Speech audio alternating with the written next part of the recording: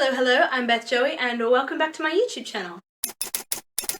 If you're new here, welcome. This is the channel where I paint my face, turn my camera on and talk about books. Apologies for the reflection that you are most likely seeing off of my glasses right now. I can't see for shit at the moment. And if you want an explanation of just how impulsive I am, literally 2 seconds ago I had an idea and then I turned the camera on and now I'm filming. So let's go with what my idea was, which was to vlog my experience doing my first ever readathon, which is Realm of the Readathon, hosted by Cassidy from Covers with Cassidy. I will of course link her description announcement video down below, giving all the details about what the readathon is about. I of course have already gone through what my TBR for this readathon is, and I will of course link that video up above, but so far I haven't actually stuck to it at all. I read one book, Convenience Store Woman, on the 1st of April, smashed it out in a day. Through that book I got about 17 points for my team. It was a very interesting book about a woman who clearly has issues understanding social cues. She definitely likes her life to fit a certain structure, fit a certain routine, and she finds identity and solace in her job, which is as a convenience store woman. And it's her sort of dealing with being told one thing, believing another, quitting her job, and then coming back around and sort of finding herself in a really beautiful way and just living out the way that she wants to live rather than facing these constant societal pressures. Now I am on to my second book for the readathon, which I started last night and I'm just over halfway through, and that is Finale by Stephanie Garber. This is the third book in the Caraval trilogy, and then after that we've got Once Upon a Broken Heart, which I will read immediately after this. Neither of these were on my TBR for this month, but I got this one from the library. It's a fantasy romance, so I knew I'd get the 10 bonus points for that, so I thought, why the hell not? I'm gonna pick it up. Both Finale and Once Upon a Broken Heart are by Stephanie Garber. They are set in the Caraval universe, which is this like mysterious circus that invites people to come and participate in a number of challenges, and whoever wins gets this big prize at the end. The Caraval series follows these two sisters, Scarlett and Donatella, as they attempt to save each other and the men they love from the infamous legend who runs the entire circus. And then Once Upon a Broken Heart follows on from the ending of Finale and this new world that they've created post-Caraval, and the after effects of dealing with these fates and their powers and their manipulation. This series is honestly fascinating. It's whimsical, it's fun, it's flirty, it's very image driven in its writing. A lot of emotions are told through color. It's also very romantic. It feels romantic, not just because it's a fantasy romance, but in the way it's written. And I'm doing a horrible job of describing this, but I am halfway through Finale, and I will check back in with you once I have finished and once I pick up Once Upon a Broken Heart. And I guess we'll just make this sort of like every couple of days I'll do a video on where I'm up to or something like that. Let me know down below what you'd like to see as we go through this readathon. Okay, so I have just finished Finale by Stephanie Garber, and that ending, oh my god, it was everything that I wanted it to be and more. It was amazing. It was so full circle and beautiful and cheeky and romantic and ugh. Needless to say, I gave the book 5 stars, but not just because of the ending. There was a lot more to it than that. First of all, as I've said before, I'm absolutely in love with Stephanie Garber's like whimsical, romantic writing style. It reels you in the way that every emotion is told through color. It's so vivid. But then I also have this like love-hate relationship with the internal conflicts that she creates within myself about like characters like Jax, for example, because the things that he does are so horrible and you want to hate him, but you can't help but love him. You can't help but feel bad for him because he's clearly, you know, got a completely out of sorts view of love. I think the inclusion of sort of the ending of Paradise's story in this particular book was really important, especially because she'd been given so much of a role in previous books, especially as it related to like familial conflicts with Teller and Scarlett. I loved, of course, the sort of love triangle back and forth between Teller, Jax, and Legend. Overall, I'm happy with her choice, but I still kind of like the other one as well. I was still kind of shipping the other one. At the end of the book, I'm not 100% sure how the sort of line of succession plotline happened. It didn't make a heap of sense to me, but I'm able to look past it because, like I said, the ending was beautiful. The letter at the end was just full circle. It was cheeky, it was mischievous, it was romantic. It was everything I wanted it to be in terms of getting that full circle ending and feeling like the sister's story was like completed in a way, and that each sister had their own happy ending of what they would want rather than just what the reader would sort of expect from, you know, marriage and all that sort of stuff. And the last thing I'm going to say about this book is that I loved meeting the other fates as well, learning a bit more about them, and also learning that they're not all bad. I gave this book 5 stars. I absolutely loved it. I'm going to be returning it to the library now because its due date is today. Let's read the next one, which is going to be sort of like the spin-off series for the Caraval series, which I've been waiting to read, which is Once Upon a Broken Heart by Stephanie Garber. I'll let you know my thoughts in a bit. For now, I have just got a shit ton of editing to do because I've got no videos ready for upload next week. So I need to get that finished, and then I'll read a bit of this and I will let you know my thoughts when I next check in.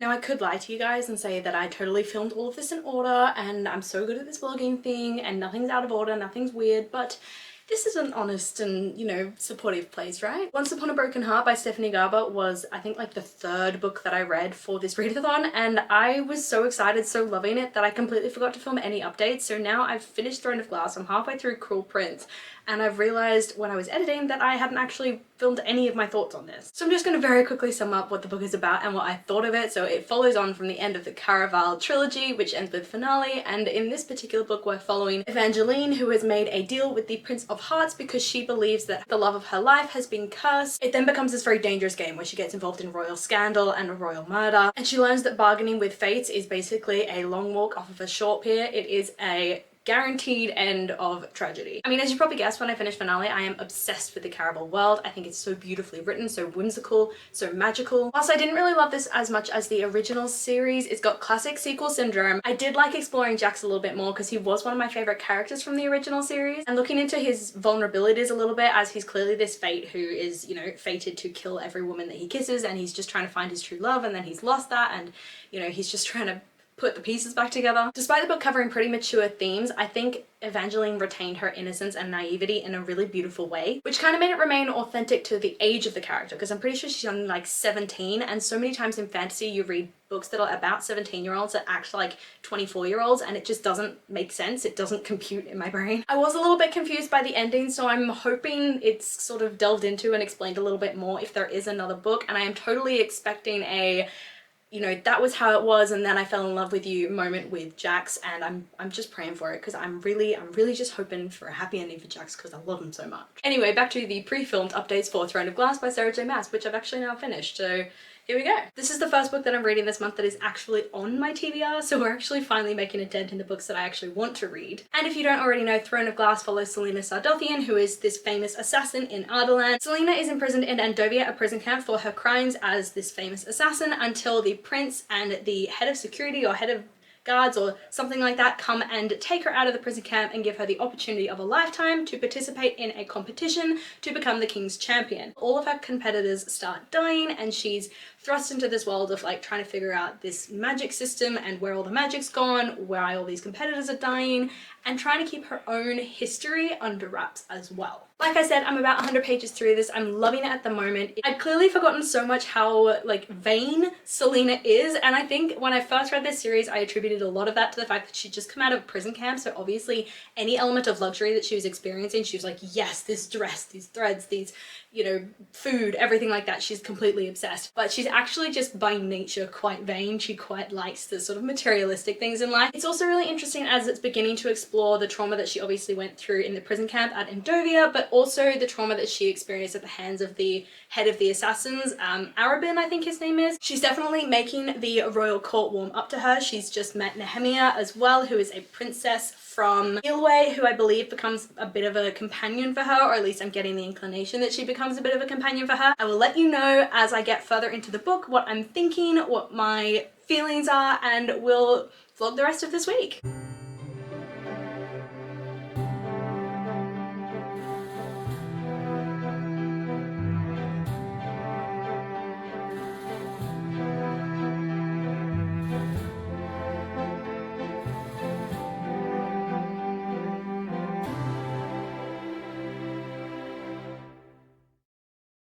Hey guys, so I am back with a last thing I do before bed reading update for Throne of Glass. I am officially halfway through the book now, so just over 200 pages in.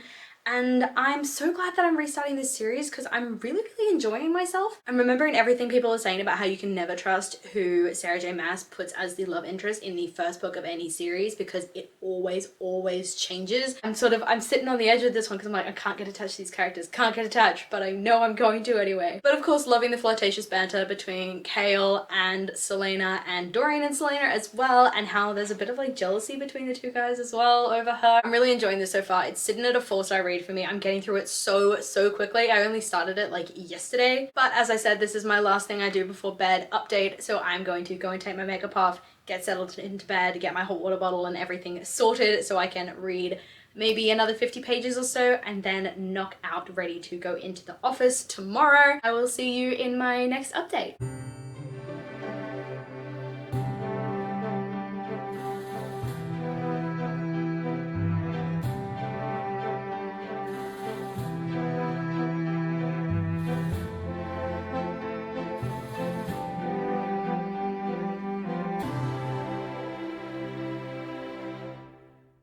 Hello, it is Wednesday and I have just finished the first book on my actual TBR for Realmathon, which was Throne of Glass by Sarah J Maas. I have to eat my words because I really enjoyed this. In my opinion, Throne of Glass really is the perfect first book for a series in that it sets the scene, it builds the characters, the world, the powers at play, the politics, everything like that so perfectly, so you're not thrust into a world that you kind of don't know anything about and relationships that you don't know how they started. It's really annoying though because obviously I've read this book already and I've read a couple more in the Throne of Glass series, so I kind of know in terms of romance and everything where this is going to go, but I still so strongly ship Dorian and Selena. It's obviously given a hint to the rebel movement, to the magic at play, and to the depths of the king's evil, and so I'm really excited to see that sort of progress a bit more throughout the rest of the book. But for now, I'm going to read the second book on my sort of decreasing list, which is The Cruel Prince by Holly Black. I just watched an amazing 48-hour reading vlog, which was released a couple weeks ago by Mel Reeds, who I think is also involved in this Realmathon, though I can't remember specifically.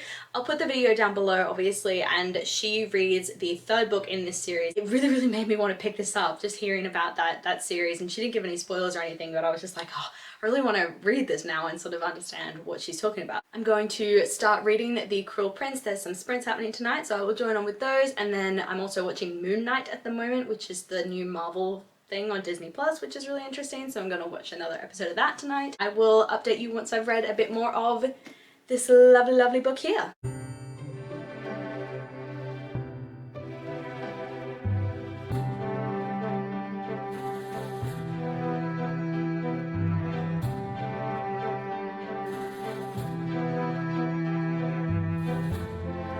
Whoever it was that told me that you should listen to an audiobook and read a physical book at the same time in order to fully take in the information, why didn't I listen to you sooner? That tip has honestly made the reading experience of The Cruel Prince a million times easier. Speaking of, I am 100 and a bit pages through The Cruel Prince at the moment, and to be honest with you, I'm just mad. I learned this when I tried out the Zodiac Academy for the first time. I am not a fan of bully romances, or at the very least this really intense enemies to lovers thing that seems to be going on in both Zodiac Academy and this. I can't get behind the love interest basically torturing the female protagonist in the book, and how am I supposed to believe that there's going to be a relationship that forms out of that? I'm also finding Jude's stubbornness really irritating. Her sister Vivi just seems like a bitch, and Taryn just kind of bores me. And if you've read this book, that scene with the apple, I literally threw my book at a wall. Outside of that experience, I just came back from the nail salon to get my nails freshly repainted. They dried weirdly, so they needed to be fixed a little bit, and the lady was so lovely about that, so thank you very much for being amazing. I'm just gonna get back to work now and pick up my reading again later this evening. See you in my next update.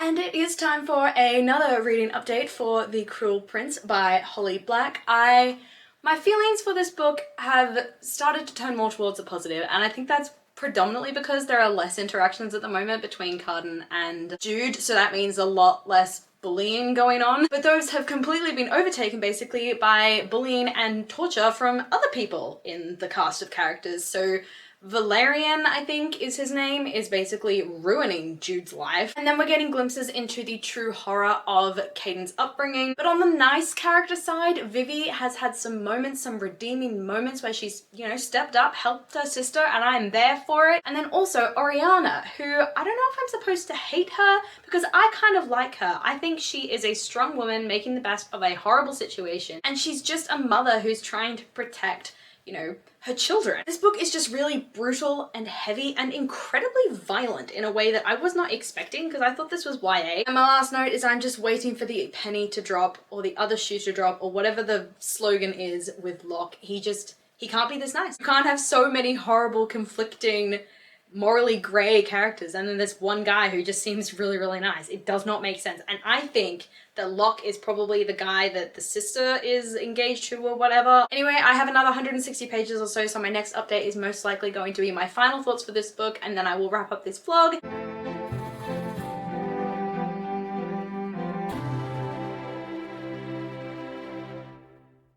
So we have a quick change of scenery for our last update because I won't lie, I'm lazy. I just went on my lunch break and I cannot be stuffed to leave my desk, so I just got all my shit sorted. I'm gonna do it from here. I mean, if only you guys could see what my tripod substitute is right now. Hang on, I can probably show you. Literally, I've got a stack of books as my tripod substitute. Anyway, last night I finished The Cruel Prince by Holly Black. It was like midnight when I finished it, otherwise I would have updated you immediately. Admittedly, the plot was kind of predictable and the Locke-related romance subplot kind of worked out exactly how I thought it would, so in that way it wasn't great. However, the brutality and the violence of the story was completely unexpected. I thought this was YA and it definitely isn't. I feel like I should have been given some serious like trigger warnings before I picked up this book just at the beginning because there are all sorts of things in here that it delves into that I would have liked to have been made aware of. The Cruel Prince is undeniably built on morally grey characters, and I really don't think Holly Black's trying to make you like any of them. And I guess in that regard, she was successful because I really did not like many of these characters,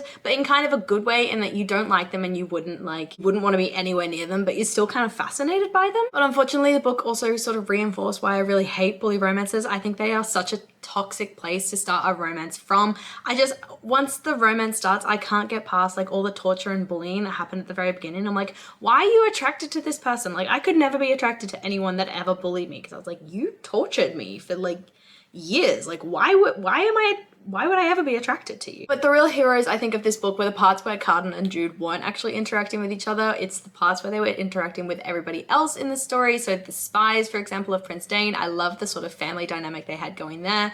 I loved understanding a bit more about Jude's family as well and the complications and intricacies around that because there's definitely some relationships that are repaired throughout the story. The sort of like red wedding style coronation was incredibly intense, and it got to the point where the audiobook I borrowed from the library actually cut out the last bit of that chapter because it was like, you know, this content is not advised or whatever, and I was just like, I can't believe my library cut this out. Can't wait to see how this sort of year and a day deal continues in the next book, but for now, the next book I'm going to be reading is A Court of Thorns and Roses by Sarah J Maas, but I'm not going to take you into this one in this vlog. I am going to wrap the vlog up here. So I will leave up on the side here all the sum up of what all the books got me in terms of points, and then the overall that I can detract from other teams and increase for my team. I hope you guys enjoyed this very, very lengthy vlog. I did read 5 books, so there was a lot to go through. Let me know down below if you liked it, what you think of my thoughts of the books, if you've read them, loved them, hated them, if you think there's something that I didn't see in some of the books that I liked or didn't like. I'm super excited, of course, to jump right into the Peace Talks this weekend, the 48-hour readathon where we all get plus 10 points for every book we read. I've got my TBR set up, so it's like all my graphic novels, all my short baby books, all my short stories, everything like that are just jammed into that weekend so that I can get as many points for bail as humanly possible. Let me know down below what you guys are reading for the Peace Talks, and of course, like, subscribe, and hit that notification bell to be notified when I release new content. It's a really, really easy way to help you get out, support my channel, and I will see you lovely people in my next video. Bye!